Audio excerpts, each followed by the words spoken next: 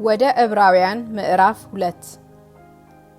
ስለዚህ ከሰማነው ነገር ምናልባት እንዳንወስድ ለእርሱ አብልጠን ልንጠነቀቅ ያስፈልገናል።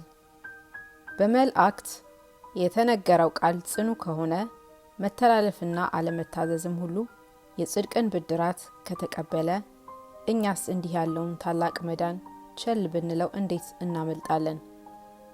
ይህ በጌታ በመጀመሪያ የተነገረ ነበርና የሰሙትም ለእኛ አጸኑት። እግዚአብሔርም እንደራሱ ፈቃድ በምልክትና በድንቅ ነገር በልዩ ልዩ ተአምራትም መንፈስ ቅዱስን በማከፋፈል አብሮ መሰከረለት።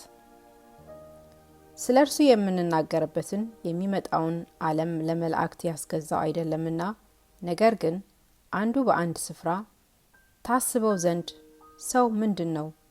ወይስ ትጎበኘው ዘንድ የሰው ልጅ ምንድን ነው? ከመላእክት ይልቅ በጥቂት አሳንስኸው፣ የክብርና የምስጋና ዘውድ ጫንህለት፣ በእጆችህም ሥራ ላይ ሾምኸው፣ ሁሉን ከእግሮቹ በታች አስገዛህለት ብሎ መሰከረ። ሁሉን ከእርሱ በታች ባስገዛ ጊዜ ያልተገዛለት ምንም አልተወምና፣ አሁን ግን ሁሉ እንደተገዛለት ገና እናይም። ነገር ግን በእግዚአብሔር ጸጋ ስለ ሰው ሁሉ ሞትን ይቀምስ ዘንድ ከመላእክት ይልቅ በጥቂት አንሶ የነበረውን ኢየሱስን ከሞት መከራ የተነሳ የክብር የምስጋናን ዘውድ ተጭኖ እናየዋለን። ብዙ ልጆችን ወደ ክብር ሲያመጣ የመዳናቸውን ራስ በመከራ ይፈጽም ዘንድ ከእርሱ የተነሳ ሁሉ በእርሱም ሁሉ ለሆነ ለእርሱ ተገብቶታልና፣ የሚቀድሰውና የሚቀድሱት ሁሉ ከአንድ ናቸውና።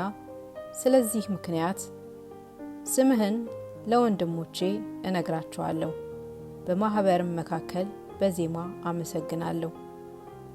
ደግሞም እኔ በእርሱ እታመናለሁ።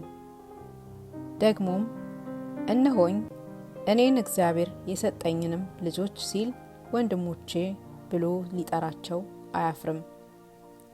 እንግዲህ ልጆቹ በሥጋና በደም ስለሚካፈሉ እርሱ ደግሞ በሞት ላይ ሥልጣን ያለውን በሞት እንዲሽር፣ ይኸውም ዲያብሎስ ነው።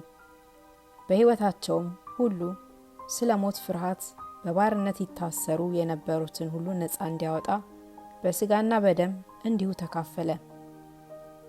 የአብርሃምን ዘር ይዟል እንጂ የያዘው የመላእክትን አይደለም።